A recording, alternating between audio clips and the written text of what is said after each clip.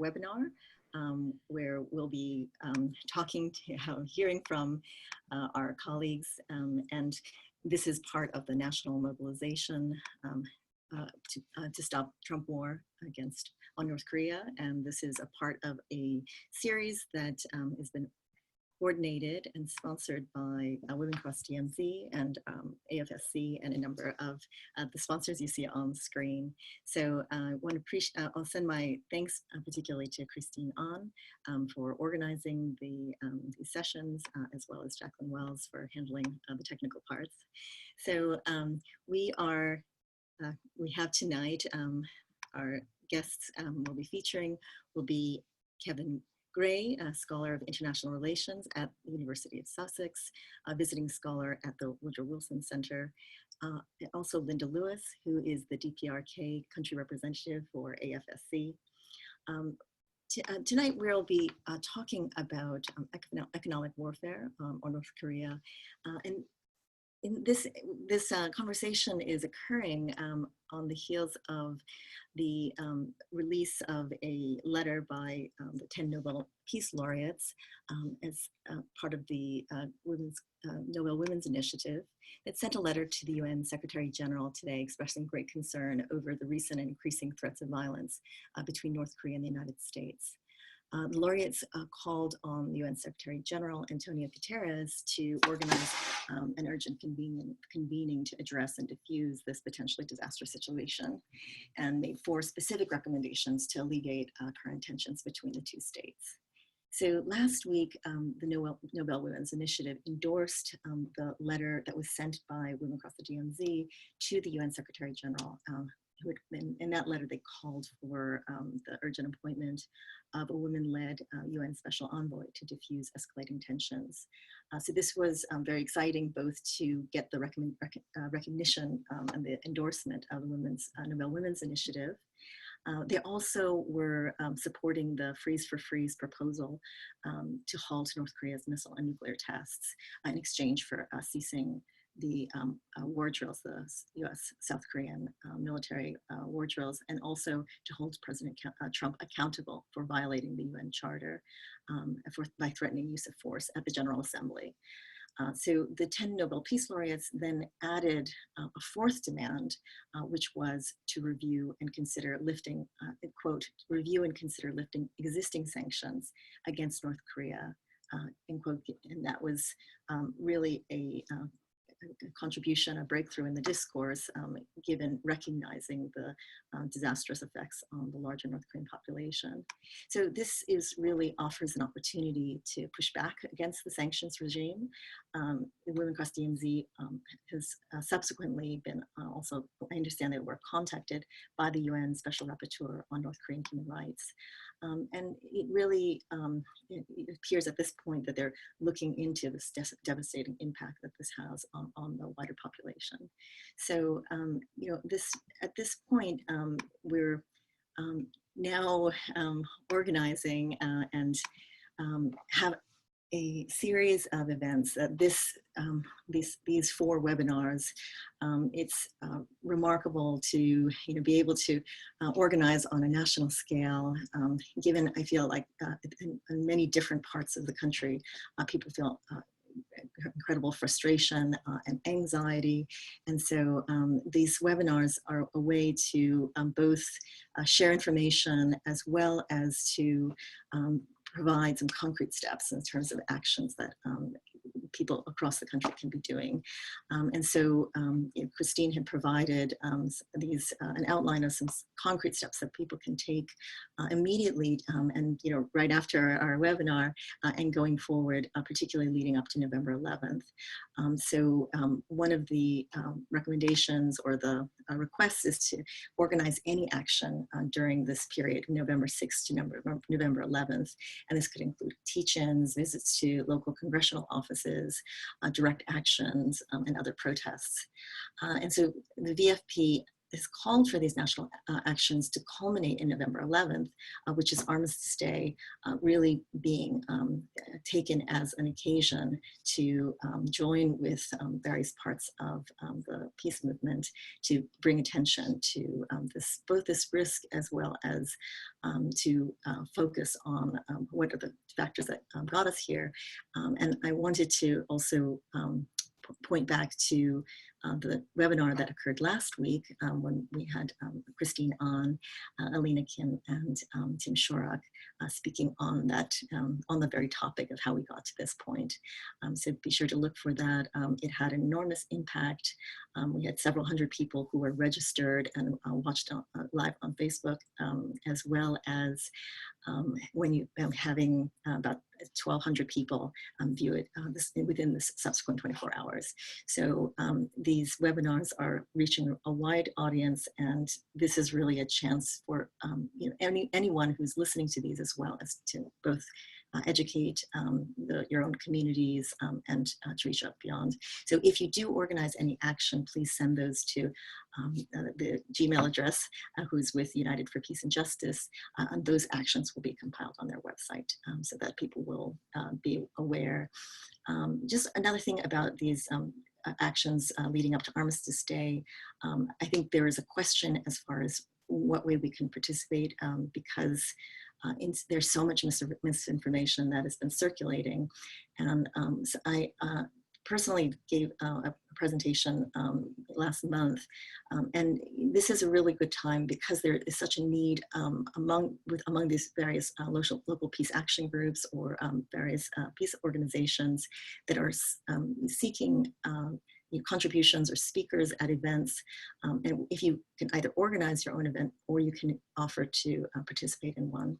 And one of the things that was really helpful was just, I had compiled a list of links to articles to just so that, and then help to frame and how to read between the lines, because the mainstream press has been so overwhelmed with much of this warmongering. And so the idea is to really try to reframe that warmongering, but also be aware of the risk of war.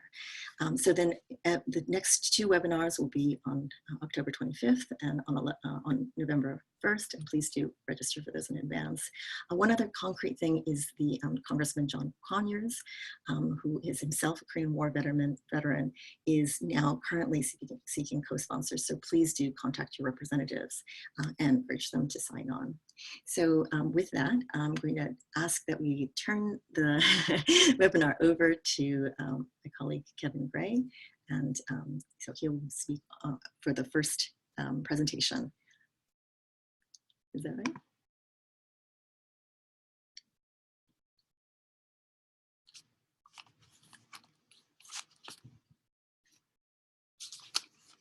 I think I'm still on, so. Okay. So thank you very much. Thank you also to the organizers of this seminar series. I'm going to be talking for a few minutes about the economic impact of sanctions on North Korea. I think my perspective will be a bit more in the sense of what are the macro broad impacts on North Korea, on the North Korean economy, and then how that relates to political or policy changes in North Korea. And as I understand it, Linda will probably give more of a on-the-ground practitioner perspective. So it may be that we have slightly different perspectives on this, but I think that's the useful thing actually, and to see how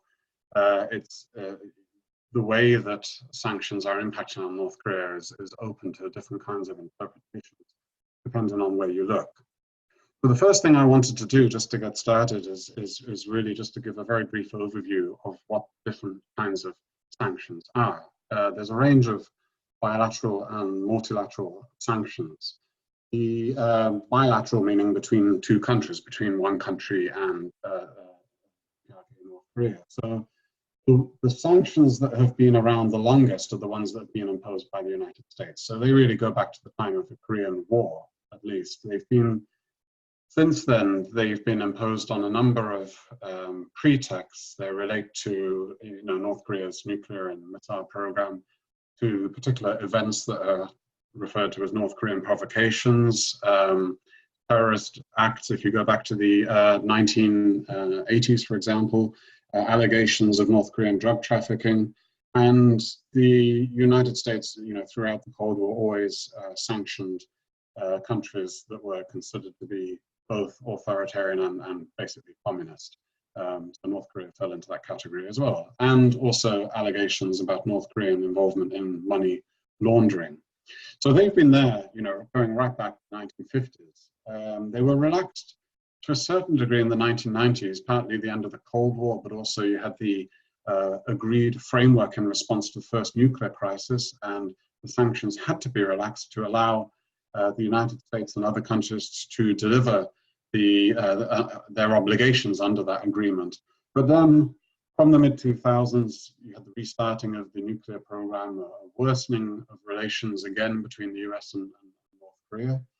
And since then, the bilateral US sanctions have grown stronger. And they've increasingly come to include financial sanctions as well. So making use of the United States sort of privileged role in the sense that the dollar is the main international reserve currency, the currency of trade, and that gives the United States a greater leverage to exert pressure. If we try to think about actually what are the direct costs of US sanctions to the North Korean economy, it's very difficult to calculate that because ever since the foundation of the North Korean state, North Korea has been under US sanctions. So there's not really much in the sense of a lost opportunity cost or lost trade, because it's never been there in the first place. There may, of course, be indirect costs, which may be slightly difficult to detach from the broader standoff between the two countries. But in any case, you could say, for example, that, North Korea, Kim Jong-un has recently talked about the importance of reducing its reliance on exports and pursuing a strategy of autarkic economic development. And it could be argued, and liberal economists would argue, that there are lots of lost opportunities in trade as a result of that. But that's a debate also about what is the appropriate developmental strategy for a country like North Korea. So those are the US sanctions. Just very briefly, I'll talk Japanese sanctions, because it seems odd to think about it now, but at one point in the 1990s, Japan was North Korea's most important trading partner. Partly as we're talking about much lower levels of trade in absolute terms, but in relative terms, accounted for about 25% of North Korea's exports. Japan has an ethnic Korean community, many of whom are sort of pro-Pyongyang, and there are remittances coming from Japan to North Korea, and those are quite important to the economy at that time. Since then, of course, Japanese-North Korean relations have deteriorated a great deal, partly due to the revelations about kidnapping in the 2000s. And after the nuclear test, pretty much all economic and financial relations between the two countries came to a halt. Perhaps even more important, but much more recent, are the South Korean sanctions. So you may be aware that in the late 1990s, a liberal, aggressive government came to power in Seoul, and they pursued a strategy of, amongst other things, economic engagement with North Korea, including tourism, but also manufacturing in much of it in the Kaesong industrial complex just across the DMZ from North and South Korea, but also broader engagement. But then conservatives came back to power in 2007. In 2010, there was the sinking of a South Korean naval ship, which was blamed on North Korea.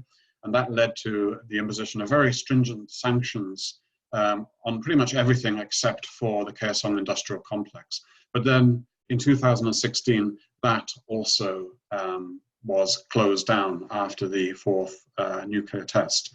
And so inter-Korean economic exchange now is pretty minimal, if not non-existent. Now, there's a cost to that, of course, for North Korea, but at the same time, as I'll go on to talk a little bit, North Korea has also massively expanded its trade since about the mid-2000s with China, which has more than offset the loss of trade that's come more recently with Japanese and South Korean sanctions.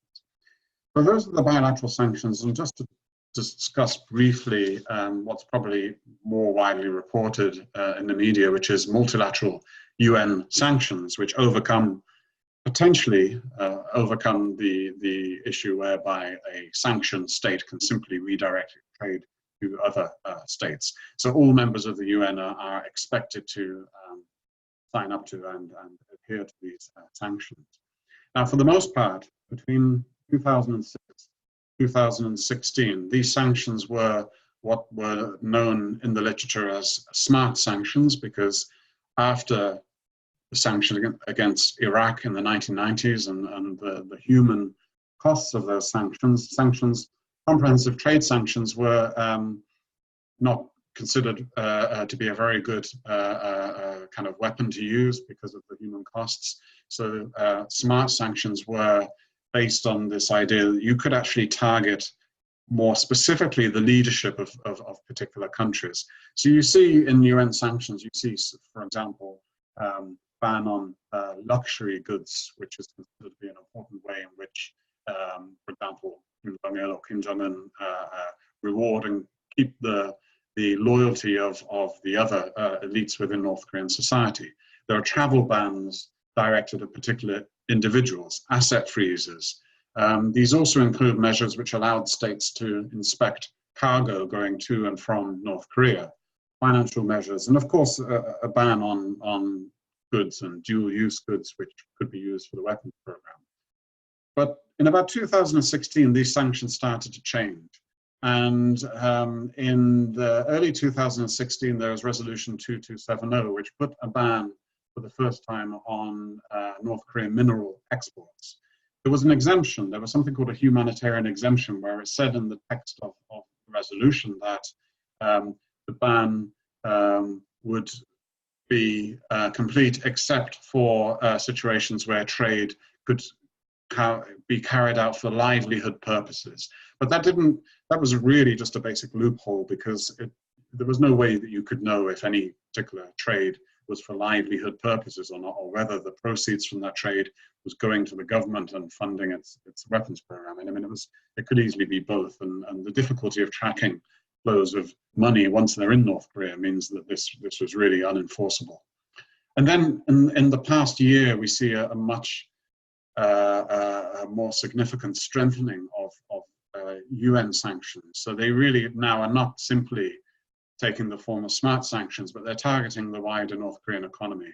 So that humanitarian exemption has been removed. So there's a ban on mineral exports and seafood. There's a cap on coal exports. There's restrictions on the export of oil to North Korea, on North Korean textile exports, and they're trying to stop North Korea from sending workers abroad by bringing about a ban on new permits for North Korean workers. I'll talk a bit then about what the impact of these sanctions then have been. Now, the first thing I would say, now this may be a little bit surprising, but between about 2006 and 2016, I would say, you know, from a macroeconomic perspective, not looking at specific sectors on the ground, but from the broad perspective of how the North Korean economy is doing, the sanctions don't seem to have had that much of a negative impact until last year. So you can see here, it shows pretty much what I've spoken to already, which is the decline in Japanese trade. If I had time to update it and it were to go a little bit further, you'd also see a decline in South Korean trade. But that's been more than offset by trade with China. That's partly related to the fact that until the last year or so, China has not been very enthusiastic, or even hasn't had the capability to enforce UN sanctions. But it's also a reflection of the China boom and the fact, this is mostly for-profit trade. So it's difficult to detect any huge shock. I should just say, just as a point of explanation, there's a big dip in Chinese trade in 2009, but that's more to do with China's reporting of trade because for some reason, after the second nuclear test in 2009, they simply stopped recording trade for 3 months, but it's pretty certain that trade continued. It was just a reporting issue. And the dip in South Korean trade in 2013, that was a result of the temporary closure of the Kaesong industrial complex. So that shows basically that the impact for the first 10 years of UN sanctions after the first in 2006 hasn't seemed to have a massive impact on the economy. And I think I hope it doesn't become a bit too technical, but it's useful to look at figures in the way that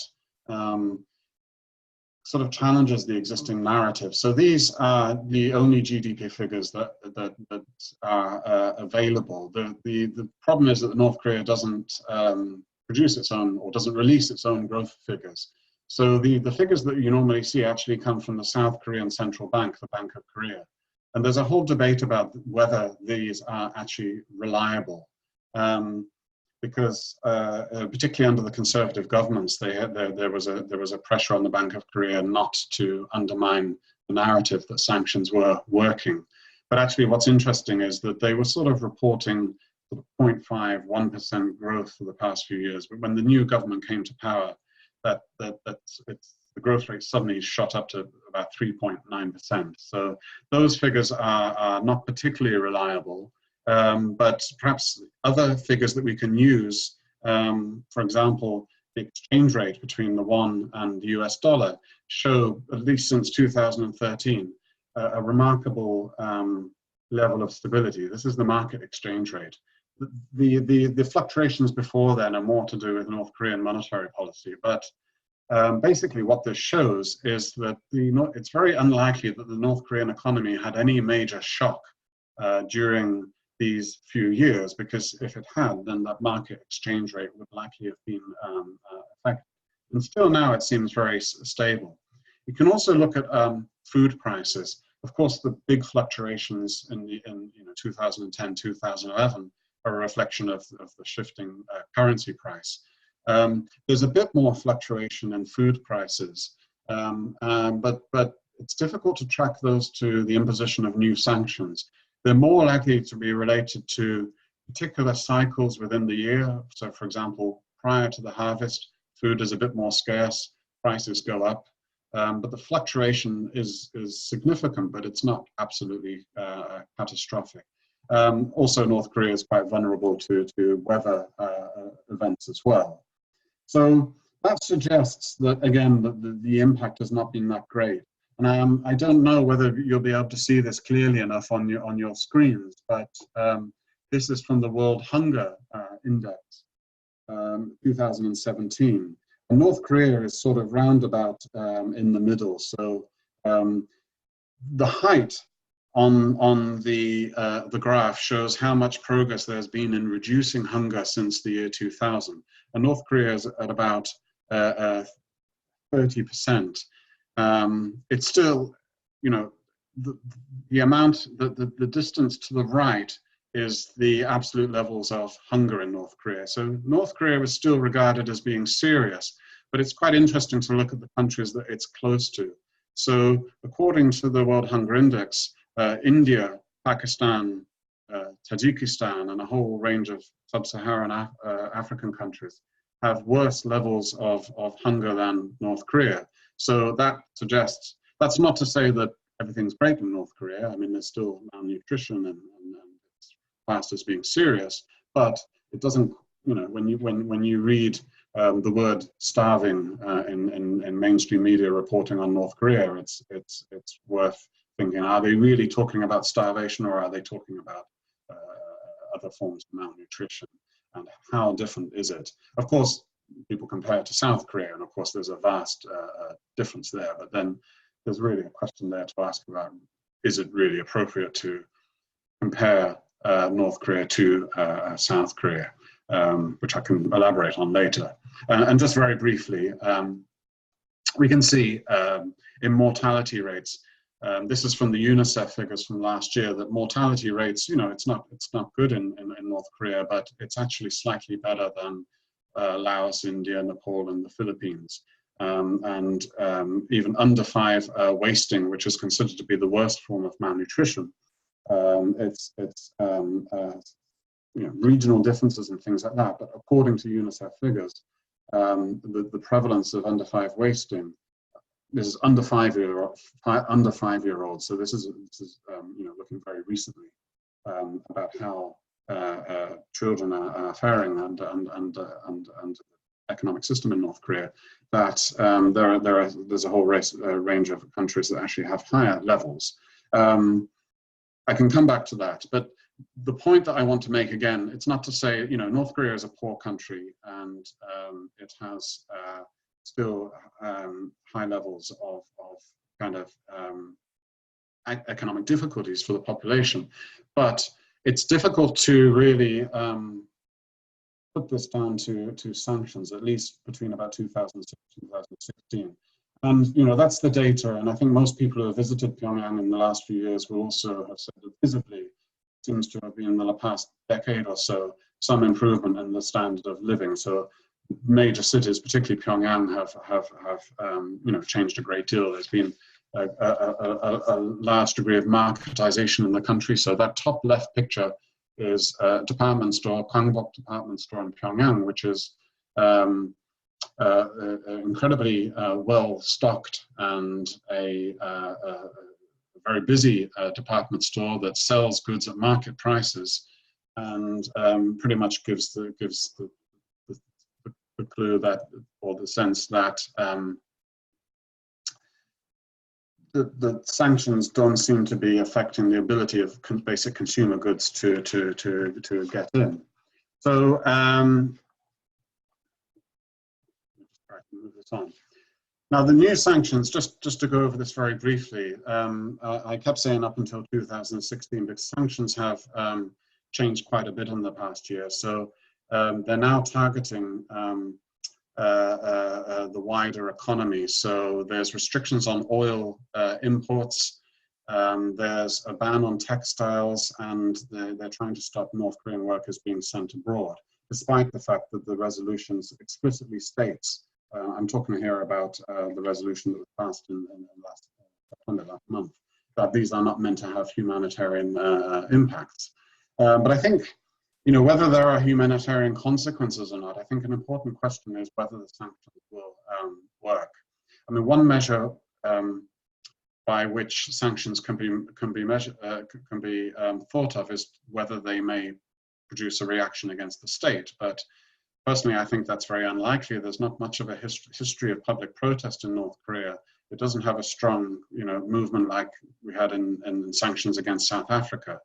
And the level of economic strangulation of the country that would be needed to deprive Pyongyang of its funds, it would be particularly excessive. Not only that, the North Korean government doesn't particularly feel the carrot of the lifting of sanctions to be that much of an attraction, because they're quite happy, it seems, to have a self-sufficient economy. And it may be argued that sanctions can actually produce the opposite effect which they intend, which is to be a kind of rally around the flag effect, where the government is able to state that problems in the economy are actually a result of sanctions rather than their own mismanagement.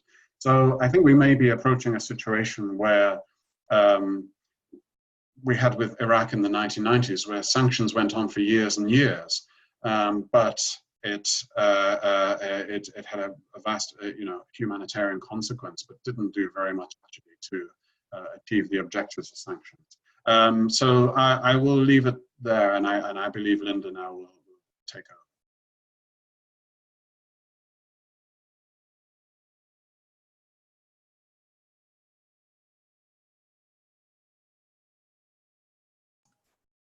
Okay. Like Kevin, I'd like to thank the organizers for putting together this panel. My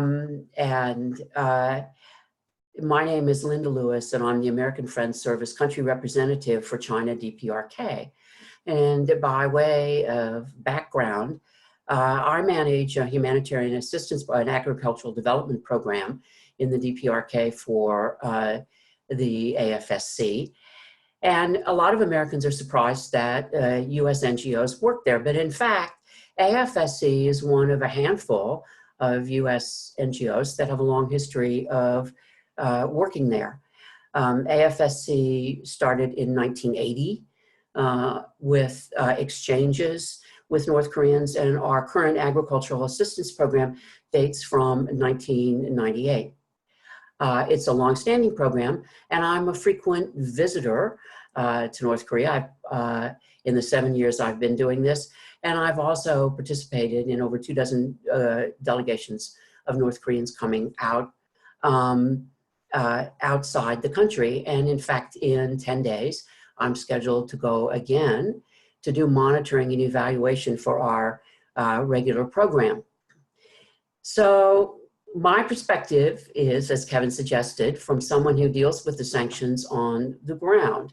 And when I ask North Koreans about the impact of sanctions on their lives, they inevitably reply, how would we know? We've never experienced life without economic sanctions. And as Kevin has so nicely pointed out, so I don't have to say so, but US sanctions under various guises against the DPRK go back to 1950 with the Trading with the Enemy Act, an embargo of trade with China and North Korea. So while we think of sanctions about mostly the UN sanctions that have gone on for the last 11 years, in fact, from the Korean perspective, they have always gone on. So for any North Korean under about 70 years old, they have no memory of anything but economic hostility coming from the US in the forms of sanctions. And so one significant impact, I would say, the one worth pointing out most, is that there is a history of resistance to sanctions within North Korea. And the sanctions have in fact helped the development of a culture within the country of extreme self-reliance, an independent economy, and confidence in the ability of the nation and in individual Koreans to withstand international pressure brought on by sanctions. So as Kevin alluded to, we might ask, so why is it that we're suddenly expecting sanctions to work now? But also with regard to more recent UN sanctions, and Kevin alluded to this too by saying it would take really excessive sanctions to make a difference. What would the impact of those sanctions be on ordinary North Korean people? It's worth remembering that where Korea stands, as Kevin so nicely outlined it, in the world in terms of the poverty index, that there's been real progress in many areas, but there are persistent humanitarian needs today in the DPRK that are very real. The 2016 UN Humanitarian Country Report team estimates that maybe 18 million North Koreans, or about 3/4 of the population, needs some form of humanitarian assistance. But unlike with other countries, the situation in the DPRK is largely forgotten or ignored in a global agenda that's now focused on increasing economic pressure, even excessive economic pressure on the DPRK. Some of these needs include food security, which does remain a key issue. And in that regard, the DPRK is susceptible to weather. Surveys suggest that as many as 80% of the household don't have adequate food consumption. And also, chronic malnutrition affects about 30% of children under 5 and 50% of mothers do not have minimum diversity in their diets. Another key area is basic health needs. Again, as Kevin points out, significant progress has been made in indicators like life expectancy and infant mortality. Health service delivery remains a problem, and the provision of essential drugs and basic health equipment is a problem. Also, health and clean water and sanitation, 20% of the population doesn't have access to adequate sanitation services, which contributes to health problems. So strategic humanitarian priorities for the UN and other agencies, and there are UN agencies resident in Pyongyang working on these issues, focus on the needs of the most vulnerable groups, particularly with regard to emergency disaster relief, adequate food consumption and nutrition, and access to basic health services. And in general, the work of the small group of US NGOs that have programs in North Korea, of which AFSC is a part, align themselves to these priorities. Particularly agriculture and medicine are two areas in which NGOs have success operating projects that focus on food security and public health. And these are projects that address critical human needs at the individual or community level. So the humanitarian needs that exist are real, but in fact, at this time, international assistance is falling short.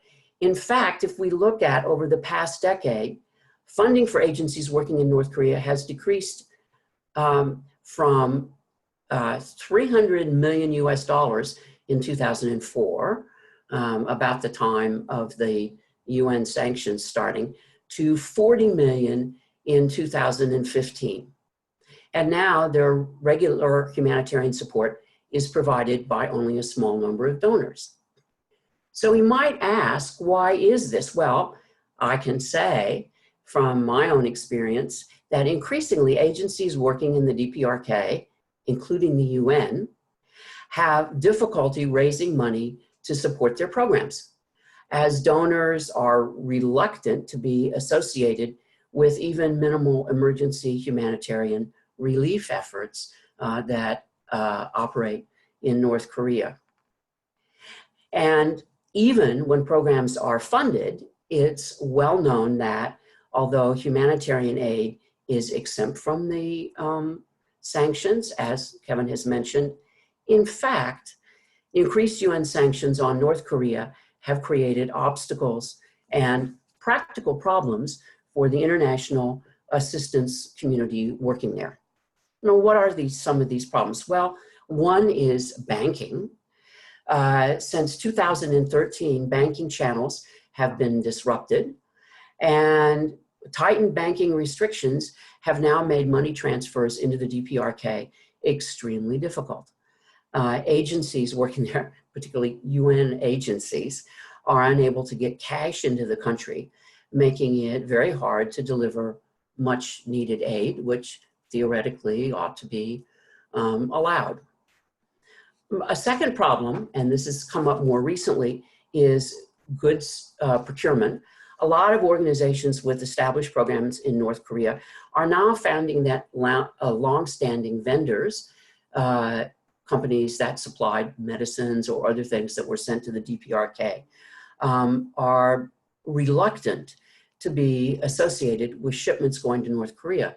Again, because the potential hazards and risk to violating sanctions has now been made quite high.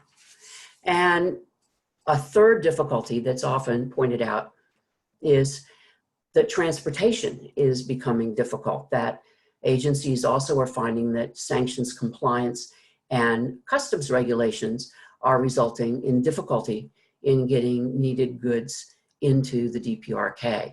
It certainly is difficult to respond to any kind of emergency situation should one arise because of the difficulty of getting delivery. And so the result is that although international groups working in the DPRK including UN agencies operating there, are struggling now to continue their operations. And agencies are finding that sanctions contribute to difficulties in raising money. We have to see that the factors previously mentioned, that I said, the difficulty of fund transfers, the lengthy procurement process, and slow delivery of equipment and supplies are now having a chilling effect on donors' attitudes and decisions towards supporting work in North Korea. Because of sanctions, donors are wary of the now substantial risks involved, even in providing emergency humanitarian relief efforts in North Korea. And we can really see this last year, more than a year ago in September of 2016, there was excessive flooding caused by Typhoon Limrock in northern parts of North Korea. It was a huge natural disaster. The North Koreans reported it was really about the worst one in 70 years. And UN agencies found that 600,000 North Koreans were in need of ongoing humanitarian assistance. And yet they were unable to attract funding or interest in helping out with this situation, which perhaps in another country, there would have been much more assistance. So I think these suggest that if indeed excessive sanctions stop the programs that are going on there, that it's the 18 million ordinary North Koreans who really could benefit from some form of humanitarian assistance who will begin to suffer. Now, I'd like to make mention of two other points too. One is that as of September 1st, the US State Department put a travel ban on US citizens going to North Korea. The travel ban has made things more difficult for US NGO workers because we now must apply for a special validation passport for each trip to the DPRK. Obviously, this makes it hard to respond to emergency situations, and it provides an additional challenge for those of us who already spend significant time and resources negotiating an increasingly complex global sanctions regime. And once again, I think it's worth remembering that Americans who conduct humanitarian work in North Korea help treat infectious diseases, including multi-drug resistant tuberculosis, provide nutritional supplements for orphanages and hospitals, and help persons with disabilities lead fuller lives. And in the case of AFSC, we contribute to increased food production. So for those of us working there who count our beneficiaries in the tens of thousands, the North Korean population served by these programs would be the ones hurt if these programs had to stop operation because of sanctions. And finally, I'd like to conclude by pointing out that a few weeks ago, a North Korean on an AFSC activity said to me, I'm 50 years old, I've traveled outside the DPRK several times to Europe and other places, but you're the first American I've met. And one thing that sanctions do is increase the isolation of the DPRK. In fact, that's what these sanctions are now really designed to do. Certainly to make such encounters between Americans and North Korean citizens that do happen routinely through the work of US NGOs and other Americans who might go to North Korea, they make these encounters much less likely. And this is a time when more rather than less interaction between North Koreans and Americans would contribute to a de-escalation of tensions and hostility and demonization of each other. Certainly, engagement between North Koreans and Americans working on humanitarian projects inside the DPRK represents one of the very few channels of regular communication and learning open between the US and the DPRK. So it would be the loss of an unfortunate opportunity if sanctions closed even that small channel of communication that exists because of this work. So I'll stop there so we have time to take questions. Great. Thank you very much, Linda, and also Kevin earlier. We really appreciate the presentations, so rich and full of a lot of data and insight. I have received some questions. I want to encourage the participants of the webinar to post your questions, and I'd be happy to relay those to the speakers. We're going to start out, we have a couple questions first for Kevin Bray. I'll start with a question that came earlier about the effectiveness of sanctions. This is from Paul Martin. What effects have recent sanctions on North Korea had on their government policies or actions? What effects could new sanctions have?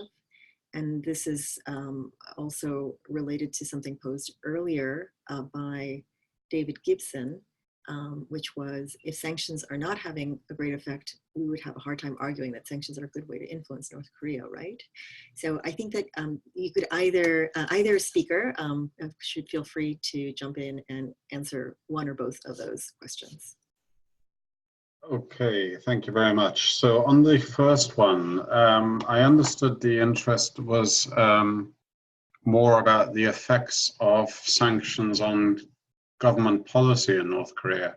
And I think, I mean, obviously they're still developing their nuclear weapons and missiles, and the regime in North Korea still seems pretty resilient, despite the fact that there's these periodic predictions of collapse, which have been around for decades, actually. They come up in the media every so often. At the beginning of 2015, I can think of one concrete policy initiative, and I think I may have alluded to it in my talk, was that in the New Year speech, Kim Jong-un talked about the import disease. There was some concern about the level of dependence that was emerging of the North Korean economy on China. And so that, you know, what's in economic terms is called a import substitution policy was enacted. How successful that has actually been is open for debate. I mean, there have been reports in the last few years that North Korea has started to produce much more of its own consumer goods than was even the case maybe 3 or 4 years ago. And I've witnessed that myself when I've been to that department store that I showed a picture of. So there do seem to be efforts, and I think with sanctions you do get more of an efficient kind of use of resources. They're mobilized in more effective ways than might otherwise be the case. In terms of the economic impacts, I mentioned this a little bit about the recent ones, but I think I'm quite concerned about these new sanctions because I think the humanitarian impact will be much greater because they explicitly target broader sections of the economy. So, for example, if you do restrict the exports of energy to North Korea, I mean, North Korea is a very energy-dependent economy, and it's used in all sectors, including particularly agriculture. I mean, in many regards, the agricultural crisis is also an energy crisis. And if exports of petroleum and oil are restricted, then it may have an impact on the military, but they're likely to have their own stockpiles, or they have the ability to build up their stockpiles. But ordinary people who are also energy dependent don't have that option. And we've seen, you know, several reports in the last few days that show that oil prices have spiked in North Korea, and so you know, we can only assume that the impact is there. The ban on textile exports is also it also has these humanitarian implications. Because it's a major employer, particularly of young women in North Korea.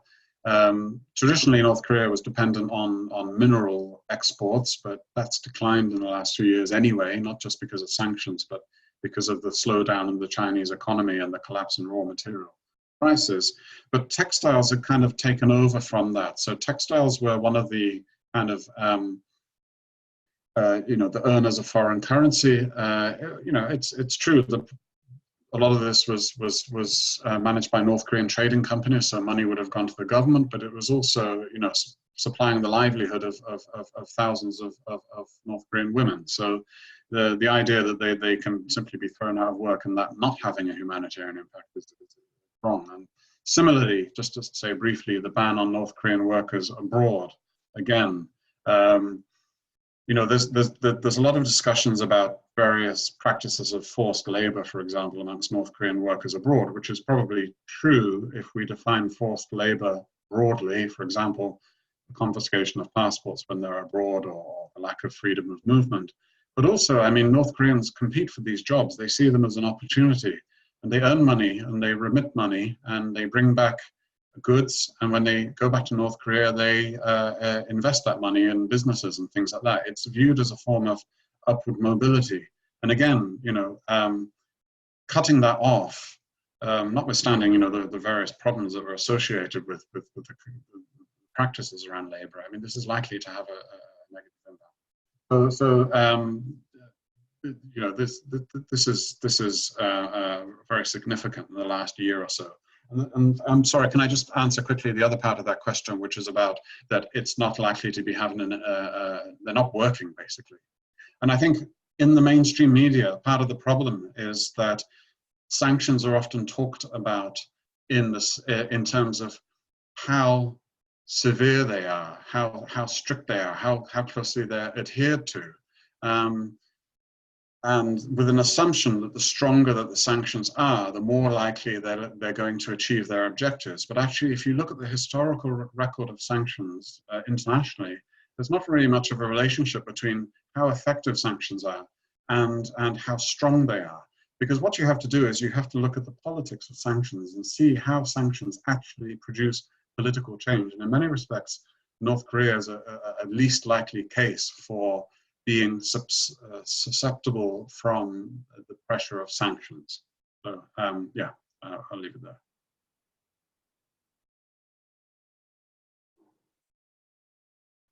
Can I just add something to that, to what Kevin has said, with regard to making the economy more efficient?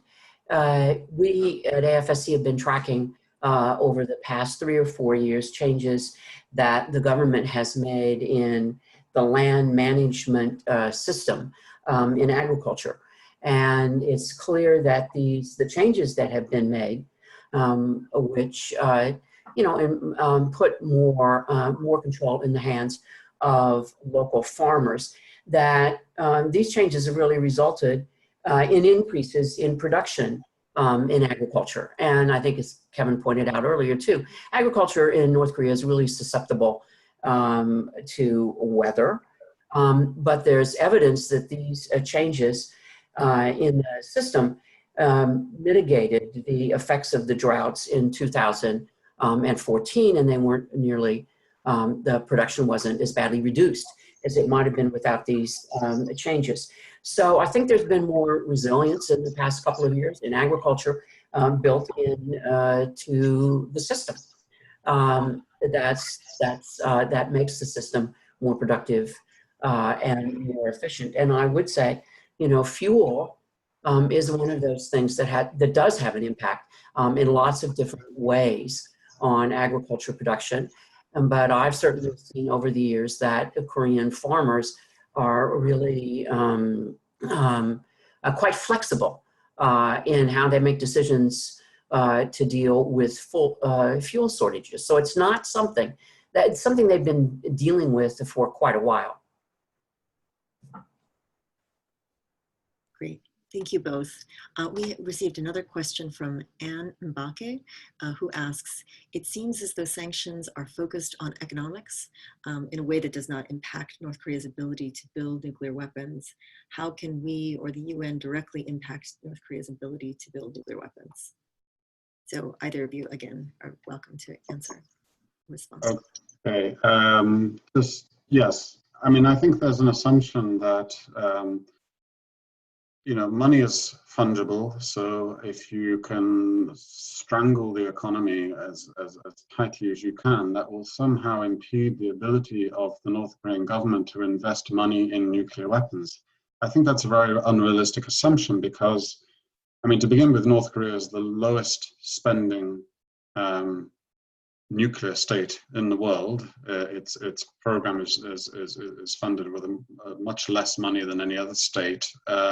So the level that you would have to strangle the economy, I think it would be impossible to achieve. And let's not forget, I mean, North Korea in the 1990s went through a terrible economic crisis with the deaths of many hundreds of thousands from famine. But that didn't seem to, on the one hand, it didn't produce any kind of social unrest in the country as far as we know, and it didn't seem to have a particular impact on North Korea's broader strategic and security policies, those kind of things. But I think the idea that you can use economic strangulation to try to induce North Korea to abandon its nuclear weapons, I think it's very unrealistic, particularly in the case of North Korea. In terms of how then we could actually get North Korea to abandon its nuclear weapons, I mean, I have to say I don't actually have an answer to that. I don't know the answer to that. It's a very difficult question to address. I can point out the weaknesses of sanctions in achieving that aim, particularly in the context that, you know, this is affecting people's lives, and if they don't work, it's not a case where there are just no consequences. But many states have nuclear weapons. The US, UK, France, India, Pakistan, and there doesn't seem to be much of a relation between the kind of state it is and their policy on nuclear weapons.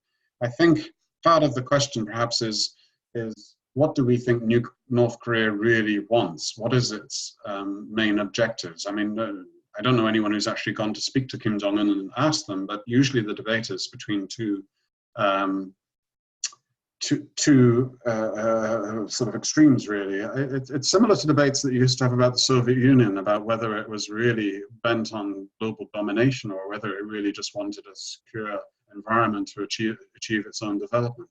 With North Korea, I mean, not global domination, but you could say that there's this ideological objective of reunifying the Korean Peninsula by force, which is still there. Reunification is still their stated aim, but how seriously they take that, we don't know. So I think, you know, some people on the sort of hawkish side of the spectrum believe that if North Korea has nuclear weapons, it can somehow threaten the United States to withdraw its forces from South Korea and achieve its goal of unification. I mean, I think North Korea would have to be really ignorant about its own capabilities, and if it believed that that was possible, I think the North Koreans, in my view, are interested in maintaining their political system and to some extent their economic system, but they want the security to do that, and they don't feel that they can achieve that in a situation of this continued standoff with the United States that's gone on for decades and decades. So, I mean, you know, to some extent, they may have a domestic purpose, but I don't think we can deny the fact that North Koreans are situated on a geopolitical fault line that actually goes back centuries, and they feel insecure. Without securing their environment and providing guarantees for that security, I don't think that we can then expect them to abandon their weapons. So I would say that guarantees on their security may play an important step in that process, although whether that will work, of course, we don't know because it's not been tried. Right. Well, I would add to that, that to what Kevin says, that I think that North Korea has been rather clear about what it wants. Certainly our partners reiterate to us that it wants the US to reduce its hostile attitude toward North Korea.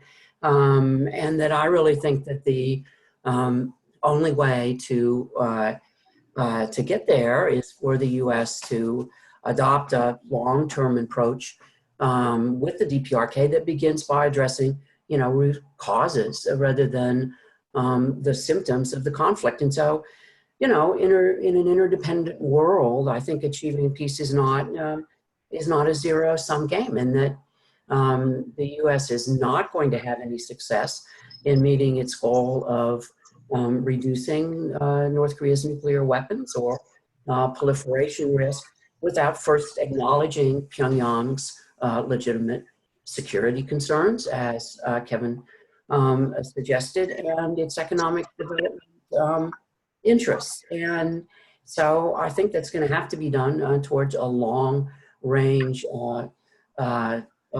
long-term strategy that addresses those concerns more constructively than hoping for, collapse or somehow the use of force.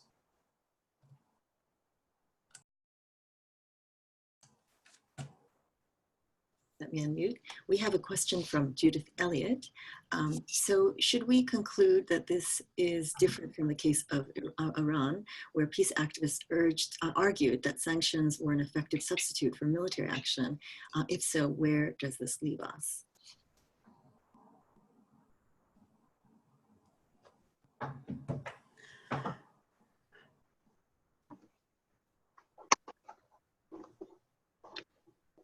So, okay, sorry, I was waiting for Linda to go first, but I can go first again if you don't mind.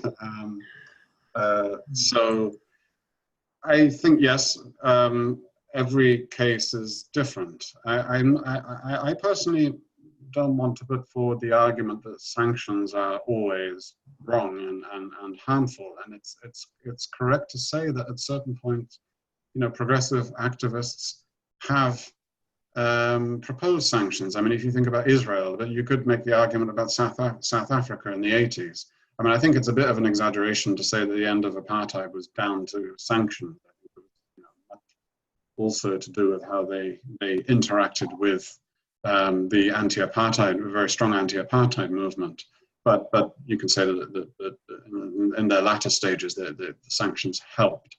But every case is different. I mean, in Iran, there is something of a process where you have hardliners and softliners. I mean, nobody's ever really identified any split within the North Korean elite over the issue of nuclear weapons. So it's very difficult to state then that sanctions will exploit those cleavages and then have the similar kind of effect. So it requires looking at the country, what kind of government and social forces are in play there. And so, and if you don't do that, then you get into the situation of you have in Iraq where sanctions went on for years and they never really resolved the situation. In the end, it led to war, but and they had these terrible human costs, which I'm afraid that may be what we're going to see in North Korea.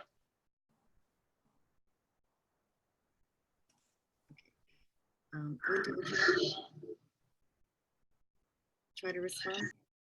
No. Okay. So I think that just in regard to this, there's another question that had come in. It's on a related point. How would you respond to a member of Congress who says sanctions brought Iran to the negotiating table, so we need more sanctions on North Korea to force them to negotiate? And as Kevin has reiterated a number of times, it's precisely pointing out that sanctions have failed in the past to coerce North Korea, and there seems to be a mismatch in terms of communication, because in the pursuing the interests for regime survival, there has been this dynamic between the North and the U.S. That's based on this system of brinkmanship, where the North Korea, this is a matter to their own strategy of making the situation sort of to signal that under pressure, they're going to push back, and it's really there is the chance for to curtail programs, as we saw during the sort of sunshine period, when there's actually engagement and diplomacy. But the role that North Korea has played, unlike Iran, right, within U.S. political discourse, has been one that has been used to rationalize. I mean, it's no coincidence that this recent crisis coincided with the passage of the $700 billion military budget, which was in excess of what was even requested. So I think that one thing that happens in this case is that North Korea then sort of plays this role of, this is what I meant earlier about the need to differentiate between a discourse of warmongering, of kind of elevating this North Korean threat, and then lifting of sanctions or easing of sanctions is framed as rewarding bad behavior, which I think is, I mean, first of all, it's of course extremely, it's belittling or the framing, the language is very problematic to begin with, but in other words, there's no acknowledgement of the pressure that the U.S. is placing through the war games and so sanctions are seen as the logical next step, as opposed to a moment of reflection in terms of what has been effective in the past.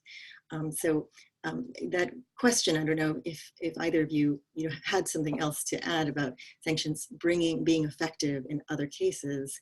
The logic that they need more sanctions. And I think perhaps one of the answers is just to look at the evidence, and that might be something that we could provide through the Women Across DMZ in terms of resources, because there are a number of articles that also have pointed out to the fact that, I mean, there has been a argument that sanctions have always, I mean, that negotiation diplomacy has always failed, and of course that is just to spin to rationalize sanctions, and that there has the time when they had the suspension of production of fissile materials was precisely when diplomacy was in play. So I don't, if either of you, I don't know if you either want to respond to that. There was so much in what you just said. I could go on for ages picking up on some of those points. I mean, to come back, I mean, this is related to something I've said already, but I think there is an assumption, as you say, well, sanctions worked in Iran, why would they not work in North Korea? And there's this very simplistic assumption that it's sanctions, either work or people are critical of them, they don't work. But what it requires is a proper knowledge of actually how they worked in those particular situations. And I'd also add that the negotiating table is in terms of Iran, isn't looking very stable, if you know what I mean. So with President Trump's actions in relation to the Iran deal, it doesn't really bode well for convincing the North Koreans to come to the negotiating table. I think it was exactly the opposite. So yeah, no, I agree with that. Yes. I have actually just one more question. I can. This is really the role of Russia in the.